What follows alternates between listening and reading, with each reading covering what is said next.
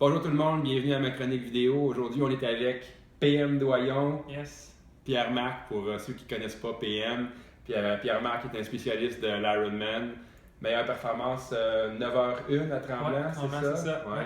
Champion du monde Ironman d'Hawaï, groupe d'âge aussi dans la catégorie 18-24. En 2014. En 2014, donc quelqu'un qui a beaucoup d'expérience dans l'Ironman. Alors aujourd'hui, mon invité va nous parler un petit peu d'Ironman, quelques conseils personnels dans les Ironman. Donc peut-être nous parler un peu au début de qu'est-ce que tu fais comme préparation spécifique quand tu prépares pour un Ironman, donc tes entraînements clés. Parfait. En fait, moi, il y a un entraînement que j'adore faire en préparation pour les Ironman. En fait, c'est super simple. Ça consiste, là, normalement, ce que je fais lorsqu'un j'ai un Ironman environ vers août, donc l'Ironman de Tremblant, ce que je fais, c'est que je commence par exemple en mars, puis j'établis comme ma vitesse que je veux maintenir ou un petit peu plus rapide que celle que je veux maintenir pendant l'Ironman. Comme par exemple pour moi, je vais vouloir par exemple avoir un pace de 3,55 du kilomètre. Puis au mois de mars, je commence par exemple avec 20 minutes et à chaque semaine, j'augmente de 5 minutes cette longue course-là.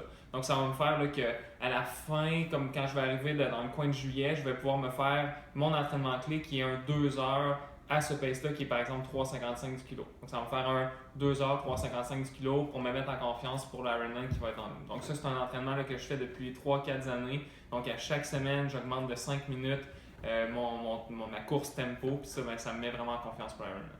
3 minutes 55 du kilo pendant 2 heures. Ouais. C'est bien. Mais quand on commence à 20 minutes, ça devient que c'est plus facile. Puis ça pourrait être faisable pour des gens, par exemple, qui veulent courir à 4 minutes 30, 5 minutes 30. Exactement. C'est pareil, mais donc augmenter chaque fois. C'est ça. Donc ça peut être 4,30, on se donne tout ça comme objectif, puis à chaque fois, on commence avec un 20 minutes, 25 minutes la semaine suivante, jusqu'à 2 heures. C'est ça. Ouais. Ouais, c'était un bel entraînement, ça.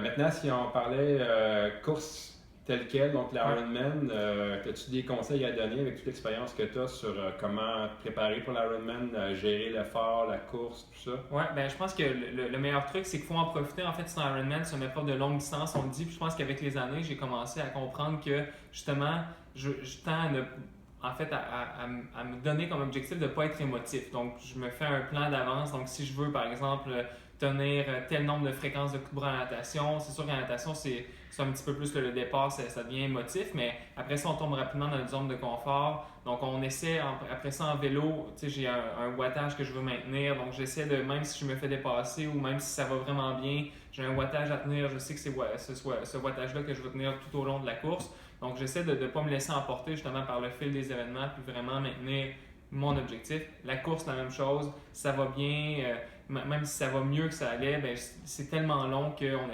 on sait ce qu'on est capable de faire. Donc, j'essaie de vraiment me maintenir un pace là, précis, puis de maintenir ça jusqu'à la fin. Donc, en termes de coach, on dirait concentrer sur l'exécution, concentrer sur la tâche et non pas sur les éléments extérieurs. Exactement. Cool. Ben, merci beaucoup pour tes conseils. Alors, Merci de l'invitation. bonne semaine tout le monde, puis on se reparle la semaine prochaine. Bonne semaine.